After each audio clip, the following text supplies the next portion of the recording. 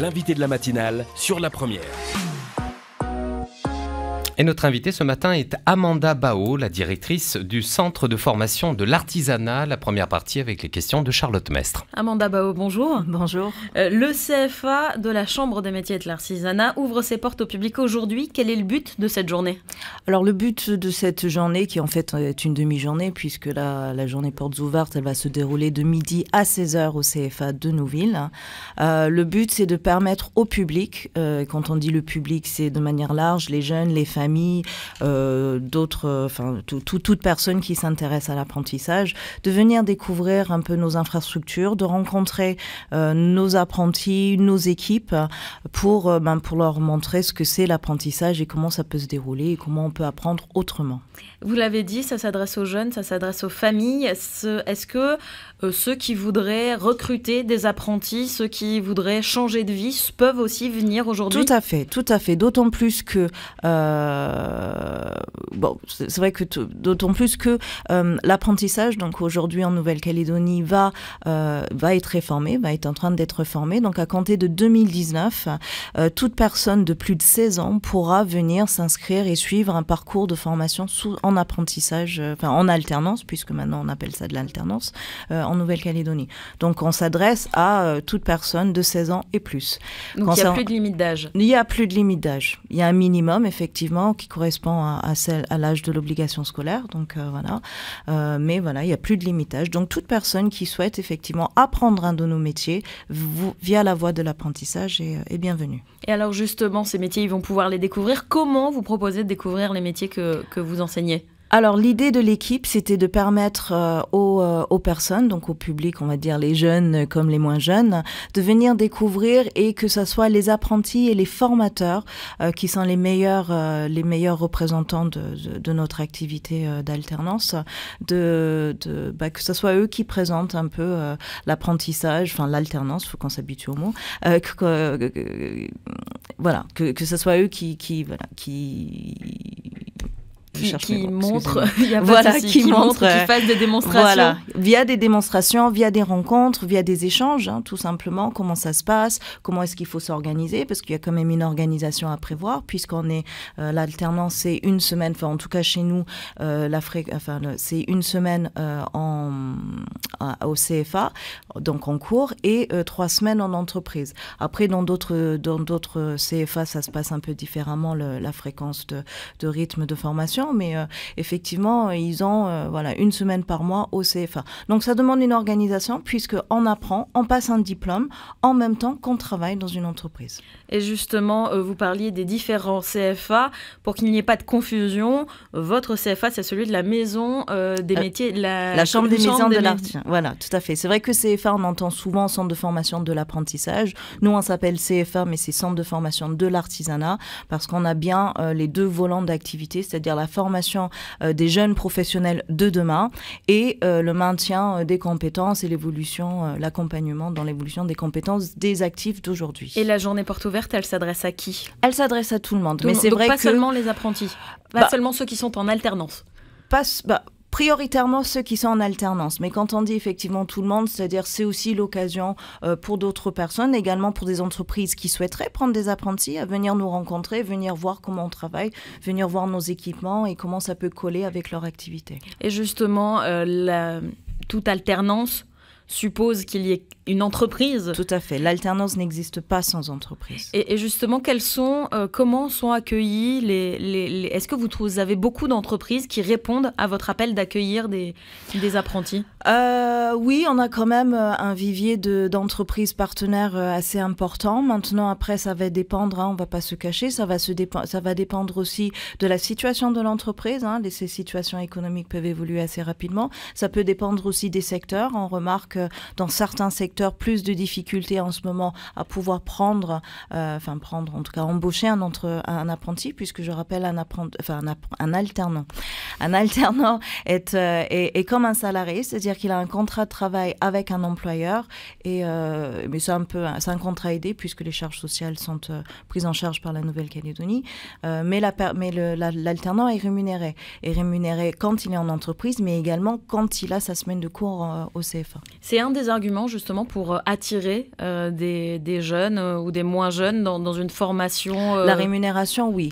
Il y a deux choses qui attirent... Non, il y a trois choses, on va dire. Il y a la rémunération, effectivement, qui est un facteur important, hein, qui est un levier qui attire les jeunes. Il y a également le mode de formation. C'est-à-dire qu'on a pas mal de jeunes aussi qui ont envie de toucher, qui ont envie d'être dans la pratique, qui ont envie d'être dans l'activité et qui ne souhaitent plus être en salle de cours.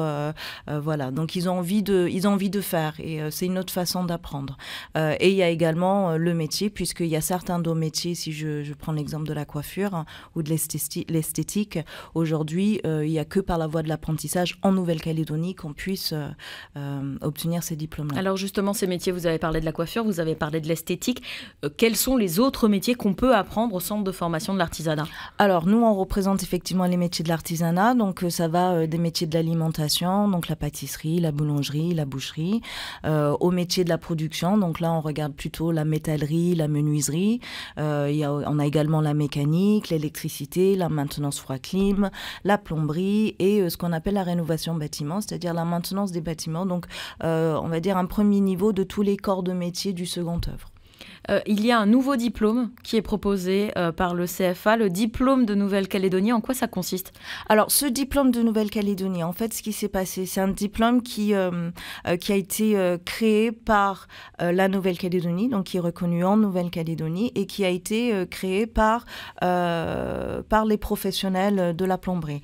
Ce nouveau diplôme, donc qui s'appelle installateur sanitaire et énergie renouvelable, devait prendre en compte les spécificités de la Calédonie par rapport à tout ce qui est installation sanitaire et surtout ce qui est par rapport à la production d'eau chaude. En métropole, on utilise souvent des chaudières, d'autres types d'équipements qui sont plus adaptés au climat de la métropole. Alors au froid.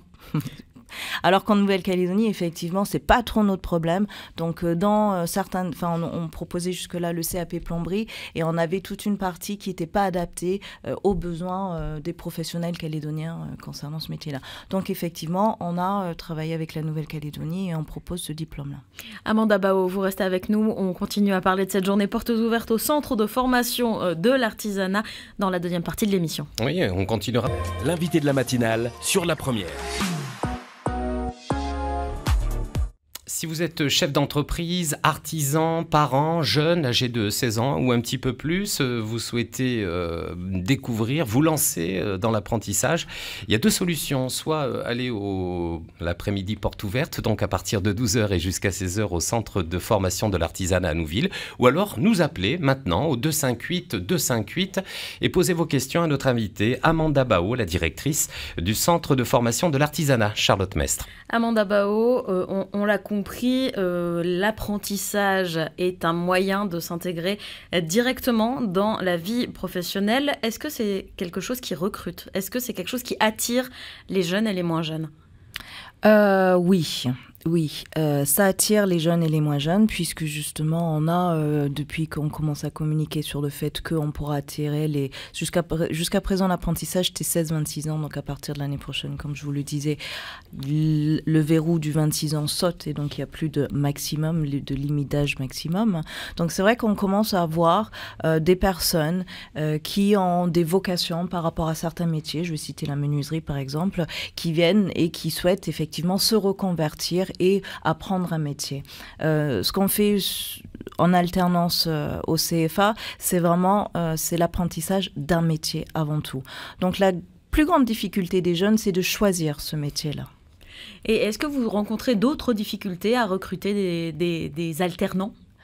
Alors l'autre difficulté, ça va être aussi, comme je disais, c'est les aspects un peu organisationnels. C'est-à-dire que pour venir en alternance chez nous, le centre de formation est situé à Nouville, mais les entreprises peuvent être sur l'ensemble du territoire.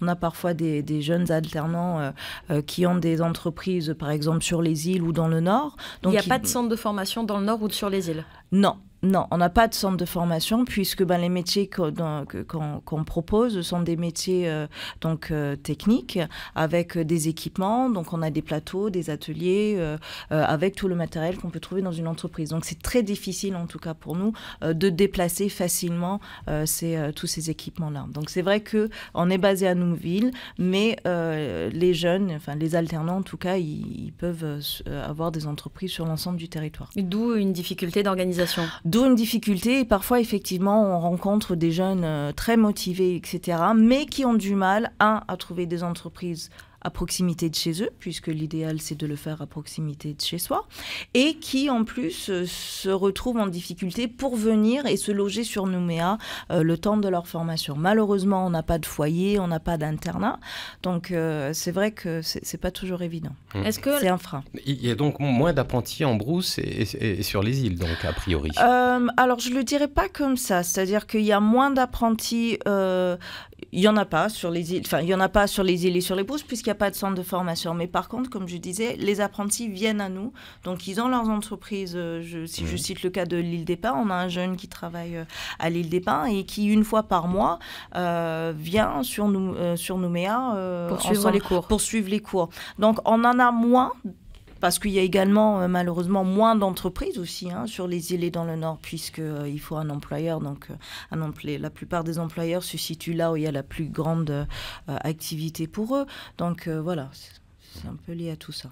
Vous avez parlé du verrou de la limite d'âge qui était fixée auparavant à 26 ans qui a sauté. C'est-à-dire que les cadras, les quinquas, un homme de 50 ans peut faire également un apprentissage aujourd'hui. Il n'y a rien qui l'interdit. Ouais.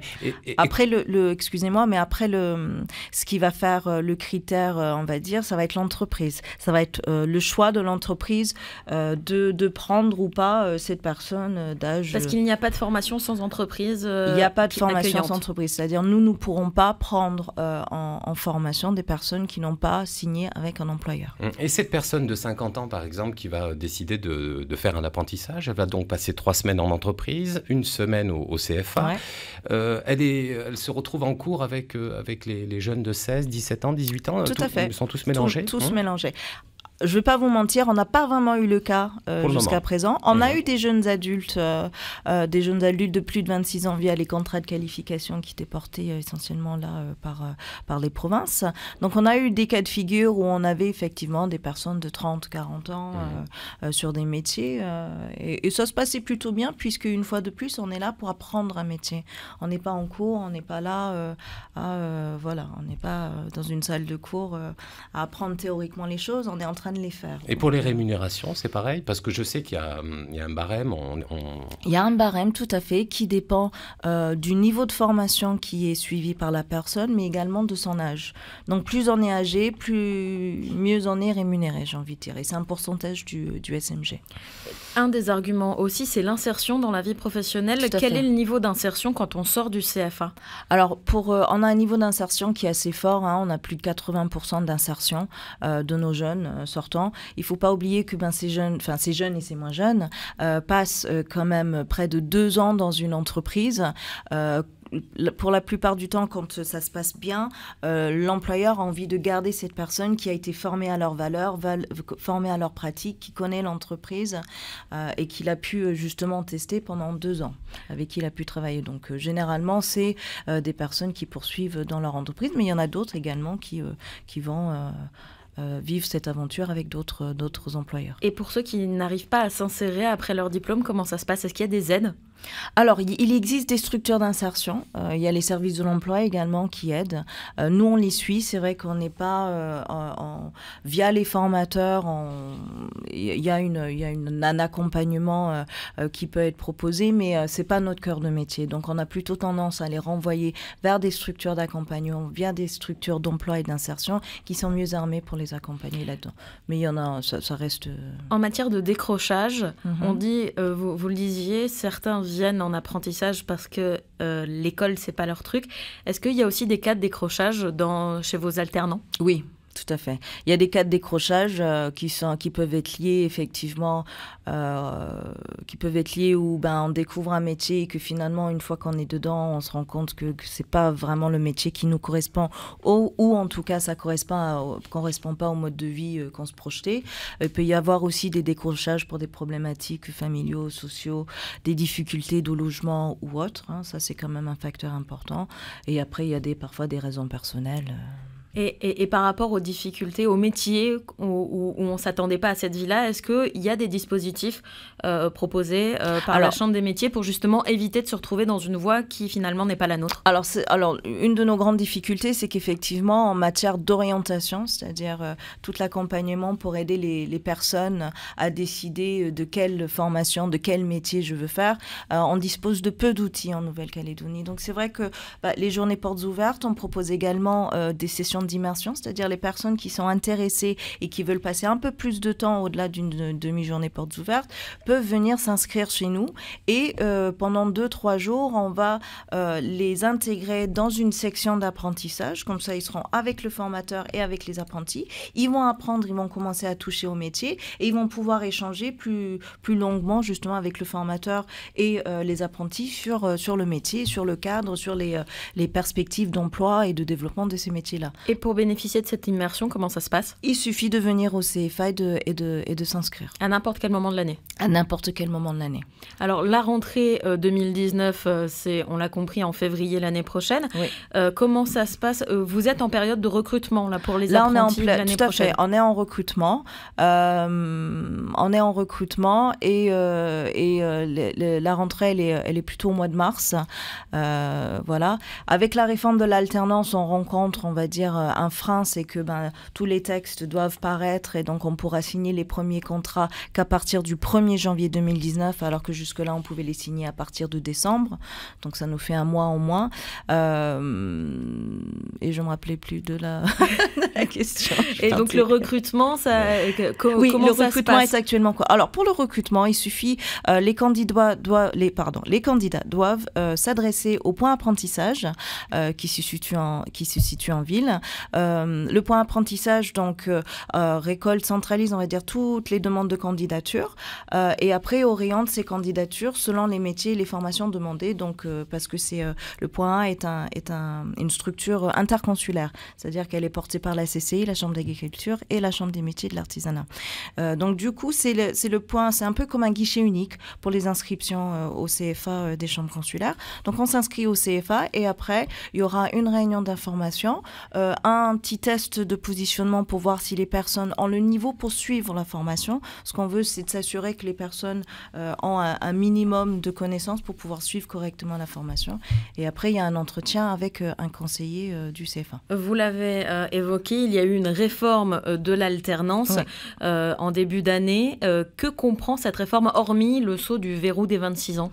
Alors, ça, c'est vrai que c'était une partie importante de la réforme. Elle permet aussi, donc il y a un nouveau contrat. Jusqu'à présent, on avait des contrats d'apprentissage.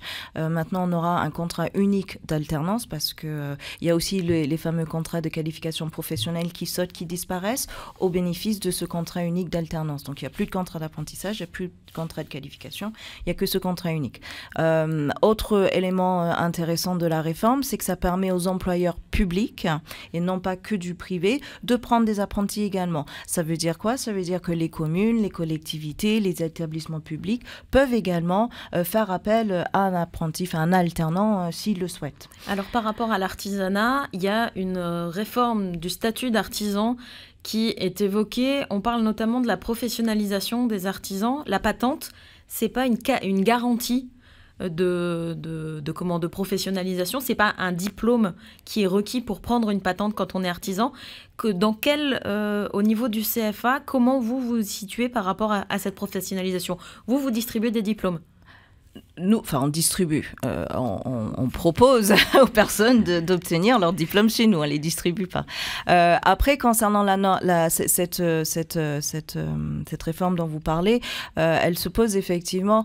La problématique en Calédonie, c'est qu'il n'y a pas d'accès réglementé au métier. C'est-à-dire que n'importe qui peut prendre sa patente et devenir électricien. On n'a pas, la patente n'est pas garantie de la qualification de la personne. Donc ça fait plusieurs années en tout cas que la Chambre des métiers milite pour l'accès réglementé au métier, parce qu'il nous semble important qu'il y ait certains métiers qui touchent à la sécurité et au bien des personnes, où on doit s'assurer en amont de la création de l'activité que la personne est bien qualifiée pour. Et est-ce qu'une VAE, parce qu'il y a les gens qui suivent des formations, mais vous l'avez dit, il y a des difficultés, qui travaillent parfois avec leurs parents, avec leur oncle. Est-ce qu'une validation des acquis de l'expérience en matière d'artisanat, c'est quelque chose qui pourrait être une piste? Ça existe et on le propose. On organise des sessions d'information de VAE, on propose aussi des accompagnements VAE et on propose également des formations, en tout cas sous forme de modules, pour permettre à ces personnes qui ont une certaine expérience, mais qui peut-être manquent un peu d'expérience sur certaines parties de l'activité, de venir les compléter au CFA avant de se présenter en candidature libre à des diplômes. Et tout ça, ils pourront le découvrir cet après-midi au centre de formation de l'artisanat à Nouville, de midi à 16h pour cet après-midi porte ouverte. Amanda Bao, vous êtes la directrice de ce CFA. Merci d'avoir été avec nous ce matin. Merci à vous. Merci beaucoup. Il est déjà 7h20, donc on va retrouver l'écho du matin dans quelques secondes avec Elodie. Elodie qui va nous parler d'une course aujourd'hui avec Astro, l'écho du matin. L'écho du matin avec Elodie sur la première.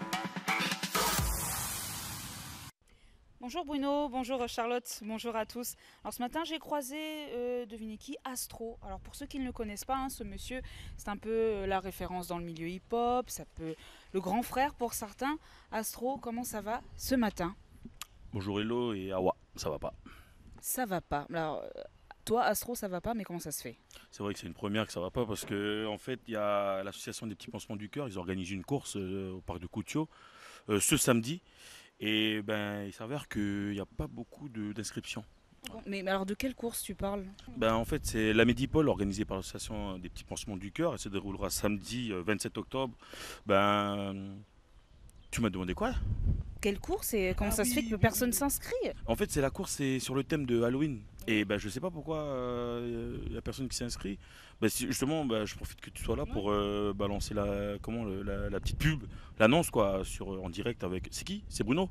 Ouais, Bruno, tu peux nous aider aussi avec Charlotte là, pour nous aider là. Commencez pas là. Oh, help us, please. Alors vu que apparemment, j'ai entendu dire que c'était toi qui faisais l'animation. Yes, exactement. Je serai là-bas en tant qu'animateur à partir de 17h. Il y aura la petite warm-up, enfin l'échauffement avec un pro là, de Fit Energy. Et il y aura aussi les bénévoles. Mais bon, voilà, nous on a besoin d'inscriptions, de participants pour la course. Après, c'est sur le thème, donc tu sais comment ça va se passer. Il y aura un petit concours pour élire le meilleur déguisement. Si la famille elle vient au complet, comment on pourrait lire le meilleur déguisement de la famille Adams, quoi. Tu connais la famille Adams, quoi. Enfin, il y aura pas mal de choses, quoi. Il y aura pas mal d'animations ce jour-là, quoi. Donc voilà, help, venez et puis inscrivez-vous, quoi. Donc on a compris, les petits pansements du cœur organisent une course, le thème c'est Halloween, tu feras l'animation, mais ça sera quoi le circuit? Ça sera 2 tours du parc de Koutio, voilà, tu peux marcher, tu peux courir, il n'y aura pas de classement, on est juste là pour le fun, on sera juste là pour s'enjailler comme on dit dans le milieu de la street, quoi. On est là pour kiffer la vibe, quoi, tu vois ce que je veux dire. Voilà, c'est juste un petit moment en famille, entre amis, surtout avec les minots, quoi. Venez avec vos enfants, ça sera le plus important, on est là pour... Qu'est-ce que tu nous promets ce samedi, si on vient, si on t'écoute, si Charlotte, si Bruno se donnent rendez-vous à 17h au parc de Koutio, qu'est-ce que tu nous promets, Astro? Franchement, déjà beaucoup de rigolade, voilà, du partage, surtout passer un petit moment avec les enfants, partager, faire des rencontres avec d'autres personnes. Et puis, comme vous savez que c'est les petits pansements du cœur, l'association qui organise, donc vous savez que derrière c'est pour aider aussi les enfants malades, tout ça. Donc voilà, un petit coup de pouce et puis venez, on va tous rigoler ensemble. Mais moi je vais pas courir, moi, je serai là pour animer, donc peut-être après s'il y aura des gens qui vont vouloir me forcer, en tout cas moi je serai avec mes baskets et puis je serai là-bas au rendez-vous à partir de 17h, donc voilà. Donc là je suis assez pressé, donc je vais devoir te laisser, à moins que tu aies une dernière question à me poser. Non, rendez-vous 17h, c'est ça, parc de Coutiaux pour les petits pansements du cœur pour la course. Venez déguisé, c'est ça? C'est ça, venez déguiser. Moi, je serais déjà déguisé, en moi. Ok Astro, donc rendez-vous 17h, parc de Coutiaux pour la course, la Medipole, la course sur le thème d'Halloween par les petits pansements du cœur. Merci Astro, bonne journée, une journée déjà bien chargée, on se donne rendez-vous samedi. Yes, c'est ça, ben allez, j'ai pas le temps moi. Je suis vraiment busy, à samedi. On va aller se préparer. À samedi, donc voilà Bruno, suivez les conseils d'Astro, rendez-vous donc samedi, et puis moi demain pour un nouvel écho du matin. Merci beaucoup Elodie, à demain matin. À demain, très bonne journée. 17h donc parc de Coutiaux pour l'association des petits pansements du cœur, cette course avec comme thématique Halloween. La Medipole, la course de l'APPC, c'est ce samedi, 17h, parc de Coutiaux. Merci Astro. Il est 7h presque 25, 7h24 plus exactement. Et on va retrouver le journal des sports. Le journal des sports, oui, où on parle drift avec la grande finale de samedi à l'Arène du Sud. Et une autre finale, cette fois en basketball, celle qui oppose l'AS 6e kilomètre à Excelsior pour la Coupe du Pacifique. C'est William Lecrin qui nous dit tout ça. Le journal des sports avec Matériaux Center. 3 magasins de matériaux de construction à Ducos, Païta et Point-Bout depuis plus de 45 ans. Tout pour bien faire chez Matériaux Center. L'actu sport, c'est tous les jours sur la première. Bonjour à tous, grosse soirée de basket en perspective ce soir à l'Arène du Sud de Païta. Chaque année dans le cadre de la Coupe du Pacifique, les équipes championnes de Polynésie française et de Nouvelle-Calédonie s'affrontent pour une place en finale du championnat national 3 en France. Ce soir, l'AS 6e défendra les couleurs du Caillou. Benjamin Naouia, joueur de l'AS 6e. Réellement, moi je n'ai aucune idée du niveau de l'adversaire puisqu'on est habitué à voir à oreille. Donc l'Excelsior, je ne sais pas du tout. Connaissant le championnat tahitien, en tout cas, je sais qu'il y a les deux grosses équipes, hommes et femmes, sont les deux clubs d'Oreille et l'Excelsior. Donc je pense que voilà, il y aura quand même une belle confrontation.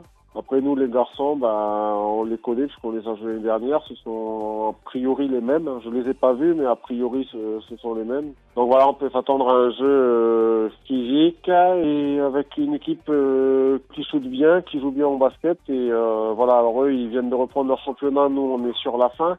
Donc le rythme sera différent, mais après ça reste un match de basket, donc c'est celui qui aura le plus d'envie qui l'emportera. La Coupe du Pacifique a lieu chaque année de manière alternée en Nouvelle-Calédonie ou en Polynésie. Pour l'édition 2018, l'équipe masculine et l'équipe féminine du club d'Excelsior ont obtenu le droit de défier l'AS 6e. Tuyata Mariterangi, coach des hommes d'Excelsior. Déjà pour les filles, on a su qu'il y a 3 semaines que c'est nous qui allions venir. Parce que les gagnants de l'an dernier, qui est l'AS Oreille, n'a pas pu se déplacer. Donc on ne s'est pas vraiment préparé.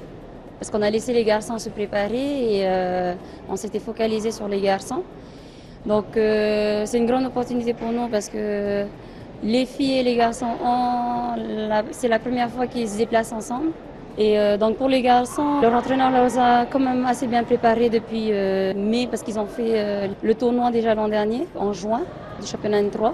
Ils sont revenus de France, ils se sont laissés une trêve et ensuite ils ont repris les entraînements. Donc normalement les garçons ils sont fin prêts pour ce match. Drift, 48 pilotes vont faire chauffer le bitume ce samedi de 8h à 21h30 sur le parking de l'Arène du Sud de Païta pour le round 3 de la grande finale. Parmi eux, Grégory Vernier fera tout pour conserver son avance au général. Je